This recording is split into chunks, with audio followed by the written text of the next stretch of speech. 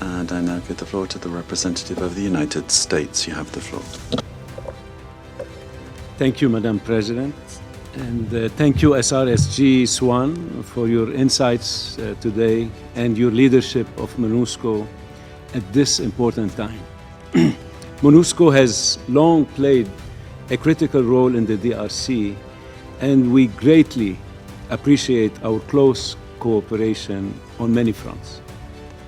This month marks 1 year since the signing of the Washington Accords, making this critical time to take stock of our achievements, address remaining challenges and obstructions to implementation, and build toward lasting peace.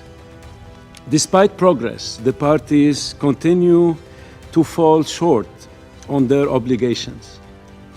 Despite the DRC has not upheld obligations for the FDLR neutralization, at least in the areas that they control. At the same time, Rwanda has not delivered on its commitments to withdraw the Rwandan Defense Forces, RDF, and cease support to M23. Progress on both of these is long overdue, and there should be no more delays or excuses. As we have shown, the United States will hold accountable spoilers to peace in Eastern DRC.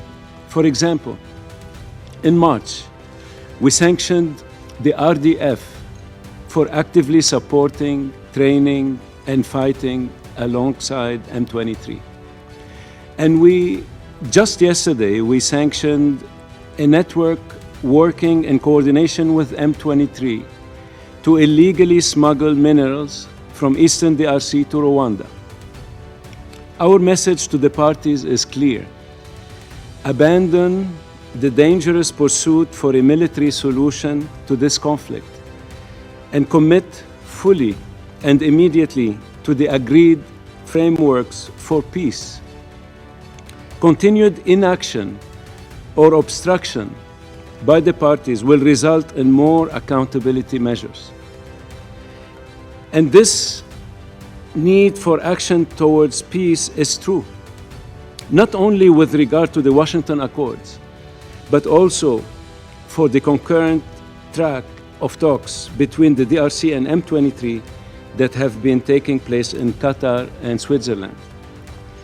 The attention of this Council, as we saw with UN Security Council Resolution 2773, is also critical to ensuring accountability. Turning to MONUSCO, today is an important opportunity to recognize how MONUSCO plays a critical role in the implementation of peace processes. By supporting the expanded Joint Verification Mechanism Plus, MONUSCO advances ceasefire verification and monitoring efforts in Eastern DRC. We fully support these efforts. MONUSCO has done everything needed to ensure these EJVM Plus missions are as effective as possible. We call on the parties to approve the first mission of the EJVM Plus immediately. Monitoring and verification are necessary for clarifying the situation on the ground and identifying violations. The first step to accountability. MONUSCO has also played a vital role in the demobilization, disarmament, and reintegration of the FDLR and a multitude of armed groups operating across Eastern DRC provinces.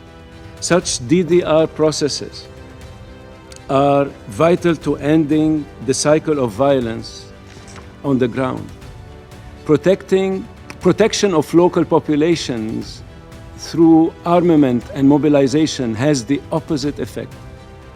We do not forget that the volatility in Eastern DRC extends beyond armed group activity.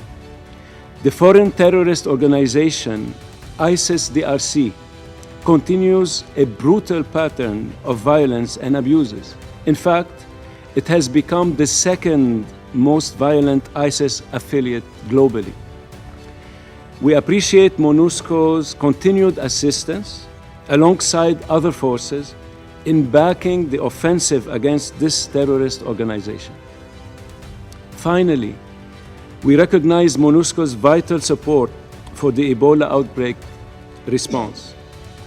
Since the declaration of an outbreak in eastern DRC, MONUSCO has played a critical role in enabling the international community's response efforts. MONUSCO has flown more than 100 tons of medical supplies to Bunia from surrounding regional hubs and sent vehicles overland to support a robust response.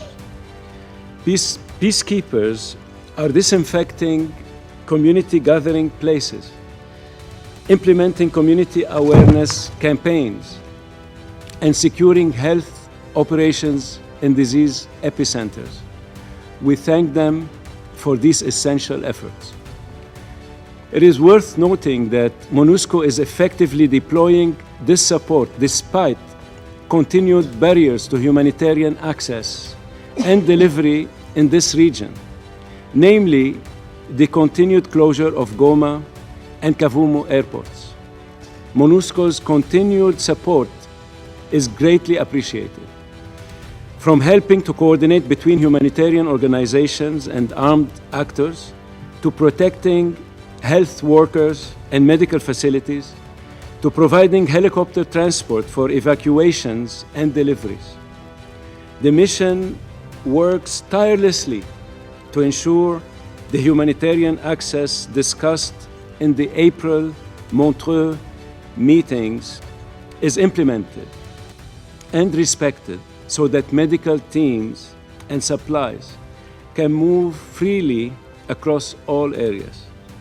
We encourage the mission and the government of the DRC to continue working together to promote better health, security, and prosperity for the people of the DRC and the broader region.